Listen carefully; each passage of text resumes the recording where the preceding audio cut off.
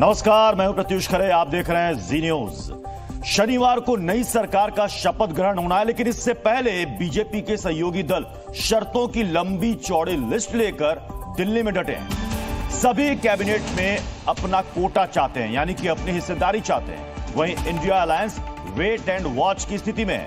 नजरें नीतीश कुमार और चंद्रबाबू नायडू पर है, जिन्होंने एनडीए में रहने का ऐलान किया है। लेकिन कांग्रेस समेत कई दलों का यह मानना है कि अगर इन दोनों का मन बदलता है तो वो इंडिया गठबंधन की तरफ आ सकते हैं, और अगर आना चाहते हैं तो फिर देश में इंडिया गठबंधन की सरकार बन सकती है।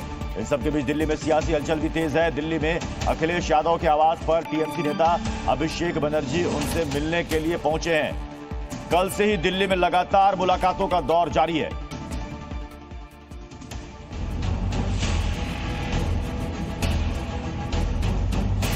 चुनावी नतीजों के बाद दिल्ली में सियासी हलचल बुधवार को तेज रही। एनडीए तीसरी बार सत्ता की कुर्सी संभालने जा रही है।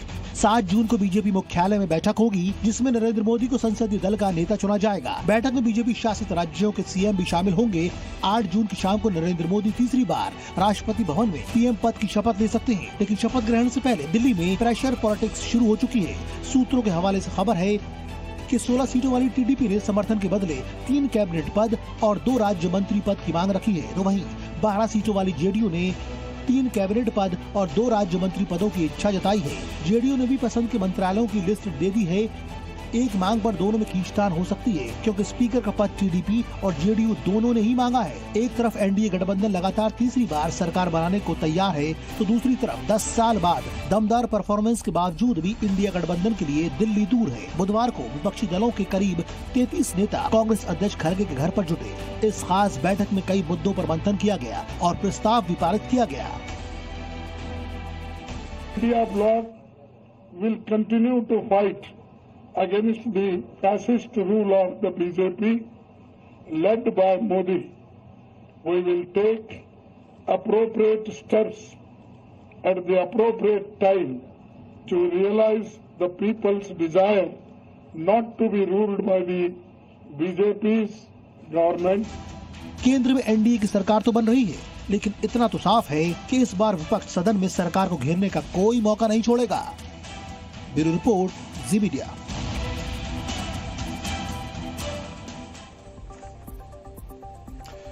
तो आज इसी पर बड़ी बहस होगी कि सरकार तो बन रही है, लेकिन क्या यह सरकार मजबूत सरकार होगी या फिर मजबूर सरकार होगी? क्या इंडिया अलायंस इससे पहले सरकार बनाने की पहल करेगा? वेट एंड वॉच की स्थिति, इसका मतलब, इसके मायने क्या है, इसको भी समझने की कोशिश करेंगे। हमारे साथ खास मेहमानों का पैनल हमें ज्वाइन कर रहा है। प्रेम कुमार जैन साहब हैं, टीडीपी के प्रवक्ता। अखिल चौधरी हैं, कांग्रेस के प्रवक्ता। घनश्याम तिवारी हमारे साथ जुड़ चुके हैं, समाजवादी पार्टी के प्रवक्ता। अभिषेक झा, जेडीयू के प्रवक्ता। धनंजय गिरी हैं, बीजेपी के प्रवक्ता। लेकिन 5 सवाल आज की बहस के क्या है वो भी जल्दी से आपके सामने रख देते हैं। प्रेशर पॉलिटिक्स से मिलेगा मनपसंद मंत्रालय, क्योंकि सभी सहयोगी चाहते हैं कि उनको उनकी हिस्सेदारी कैबिनेट में मिले। एनडीए के साथ ही नाराज तो फिर कैसे चलेगी सरकार, यह भी बड़ा सवाल है। नंबर कम, इसलिए विपक्ष सरकार बनाने से पीछे हट गया है।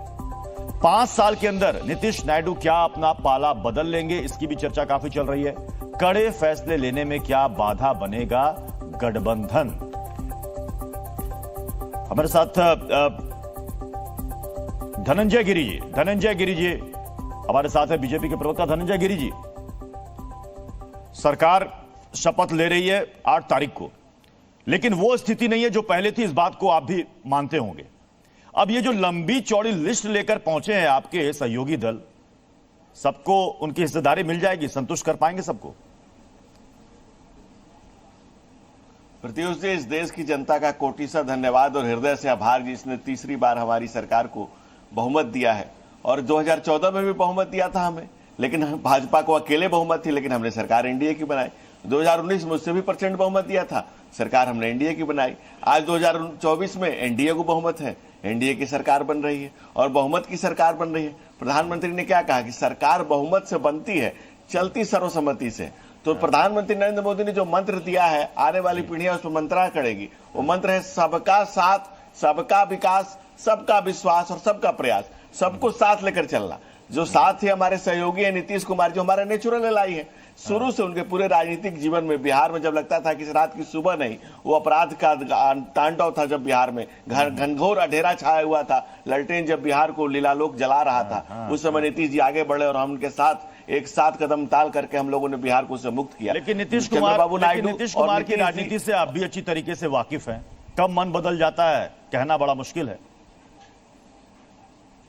देखिए, नीतीश कुमार जी ने खुद कहा है और बारंबार कहा है, लगातार कहा है कि हम अपने घर में हैं, अपने एनडीए में थे, हैं और रहेंगे और रेगुलर रहेंगे। उन्होंने खुद कहा। नीतीश कुमार ने यह भी कहा था कि भाई उनका एक घर तो इंडिया अलायंस भी है।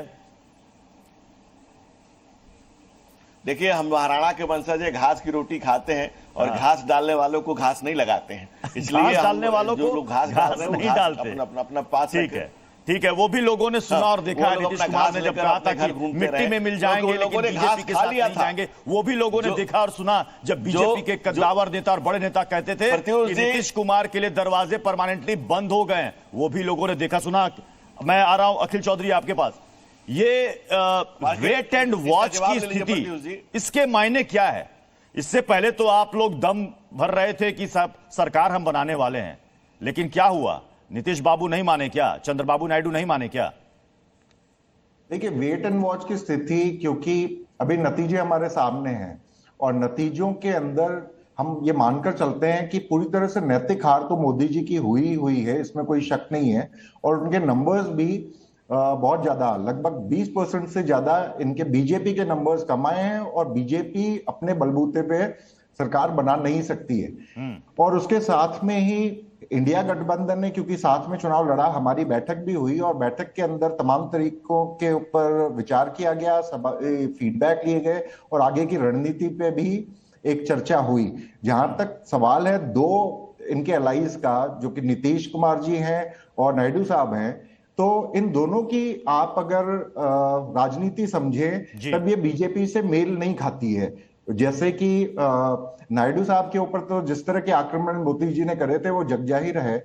नीतीश कुमार जी की पूरी पॉलिटिक्स आप देखिए, चाहे हमने भी कास्ट बेस्ड पॉलिटिक्स की बात करी हो, जो कास्ट बेस्ड सेंसस की बात करी हो, और कास्ट बेस्ड सेंसस तो बिहार के अंदर लागू कराने का श्रेय भी नीतीश कुमार को जाता है। जहां तक 50% कैप की जिससे बात थी, तो वो मेल इनकी खाती नहीं। हम लोग बहुत सारी बातें हैं अखिलेश जी और अखिल जी, और बहुत सारे पेच भी है। यूसीसी का मसला भी आएगा, एनआरसी भी इसमें आएगा, स्पेशल स्टेटस भी इसमें आएगा, कास्ट सेंसस भी इसमें आएगा। अब सवाल है कि इन सबको लेकर के क्या बीजेपी का स्टैंड होगा, क्योंकि अब उनको अपने सहयोगियों की बैसाखी के सहारे चलना है। नहीं, बैसाखी से पहले एक सेकंड अखिल जी जरा दर्शकों को जरा ग्राफिक्स के जरिए भी समझा देते हैं कि जिन दो पार्टनर्स की बात हो रही है, नीतीश कुमार की और चंद्रबाबू नायडू की, इनकी पास्ट हिस्ट्री पॉलिटिक्स में और गठबंधन को लेकर कैसी रही है। ये देखिए, संयुक्त मोर्चे का नेतृत्व किया 1996 से 98 तक, देवगौड़ा और आईके गुजराल की सरकार को सहारा दिया और 1999 में यूटर्न लेकर फिर बीजेपी के साथ आ गए। मतलब कभी संयुक्त मोर्चा तो कभी एनडीए। केंद्र में वाजपेयी की सरकार बनी और इसमें कहा जाता है कि इनका बहुत बड़ा रोल था चंद्रबाबू नायडू का। 29 सीट थी 1999 में। तो ये पाला कभी भी बदल सकते हैं। अब नीतीश कुमार के बारे में भी बात कर लेते हैं। नीतीश कुमार ने कब पाला बदला? अब ये देखिए, ये इसे बिल्कुल फुल फ्रेम में चलाइए इस ग्राफिक्स को, ताकि बिल्कुल समझ में आ जाए।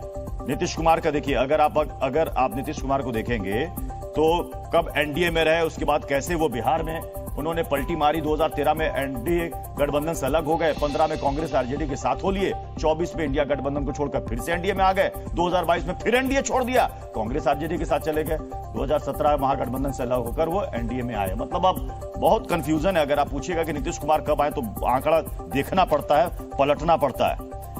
मैं घनश्याम तिवारी जी आपके पास आ रहा हूं। सही वक्त का इंतजार, ये मल्लिकार्जुन खड़गे ने कहा है, सही वक्त का इंतजार। वो वक्त कब आएगा? अब तो 8 तारीख को शपथ ग्रहण हो जाएगा, उसके बाद आएगा। आपको लग रहा है कि 5 साल सरकार चलेगी या उससे पहले कुछ खेल हो जाएगा? नमस्कार प्रत्युष जी, आपको, दर्शकों को और को पैनलिस्ट को। 3 बातें महत्वपूर्ण हैं। जिस तरीके से अयोध्या से लेकर समूचे उत्तर प्रदेश और पश्चिम बंगाल, महाराष्ट्र, सभी जगह भारतीय जनता पार्टी की करारी हार हुई है, अखिलेश यादव जी के करिश्माई नेतृत्व में जनता ने एक विश्वास दिखाया है, उसके बाद भारतीय जनता पार्टी की नाक कट गई है। उत्तर प्रदेश में कटी है, अयोध्या में कटी है, और जैसा कि संजय राउत ने कहा कि कटी हुई नाक से कोई नेतृत्व नहीं कर सकता। अब रही बात नीतीश कुमार जी की, मैंने 6 साल उनके साथ काम किया है। पिछले 10 साल से भारतीय जनता पार्टी एक खंजर लेकर के नीतीश कुमार जी के पीठ में घोंपने की कोशिश करती रही है। उसमें उनका डीएनए टेस्ट करवाया प्रधानमंत्री जी, उनके डीएनए का सवाल उठाया। चिराग पासवान भी उस खंजर का नाम था जब 2020 का चुनाव हुआ था। उस खंजर का नाम रामचंद्र प्रसाद सिंह भी था, जो कि मोदी कैबिनेट में थे। तो जो लोग खंजर से अपने ही सहयोगी का शिकार करते रहे हों, उसी तरीके से इस तरह के खंजर चंद्रबाबू नायडू में भी चलाने की कोशिश करती रहे हों। ये भारतीय जनता पार्टी अपने घमंड में कहती थी साइकिल पंचर हो गई। आज ये 56 इंच का गुब्बारा लेकर के साइकिल पर बैठे हैं, क्योंकि चंद्रबाबू नायडू जी की जो पार्टी है, तेलुगु देशम पार्टी, उसका चुनाव चिन्ह भी साइकिल है। तो एक तरफ साइकिल घनश्याम है, तिवारी जी, मुझे याद है कि आपने एक बार क्या कई बार कहा है कि ये सरेंडर कर दिया इन दलों ने, इनके अंदर डर है। तो क्या उस डर की वजह से एनडीए नहीं छोड़ रहे हैं, या फिर आपसे बात नहीं बन पा रही है, क्या वजह है? देखिए, अगर आप तस्वीरें देखिए तो अब वो डर भारतीय जनता पार्टी में है, जिसने अपने प्रशासनिक गुंडागर्दी से सबको डराया, कई मुख्यमंत्रियों को जेल में डाला, चंदालो धंधालो का मॉडल बनाया, जिसको जनता ने सर से उठा करके जमीन पे पटक दिया हो। जैसा मैंने कहा कि अयोध्या के चलते और पूरे उत्तर प्रदेश के चलते भारतीय जनता पार्टी की नाक कट गई है। कटी हुई नाक से कोई देश का नेतृत्व नहीं कर सकता। नीतीश कुमार जी और चंद्रबाबू नायडू जी वक्त का इंतजार करेंगे और सही समय पर भारतीय जनता पार्टी को उसकी अपनी असलियत दिखा देंगे। भविष्य के बारे में बहुत कुछ सस्पेंस बना के रख दिया है घनश्याम तिवारी जी आपने, कि अभी सरकार बनाएंगे, उसके बाद देखिए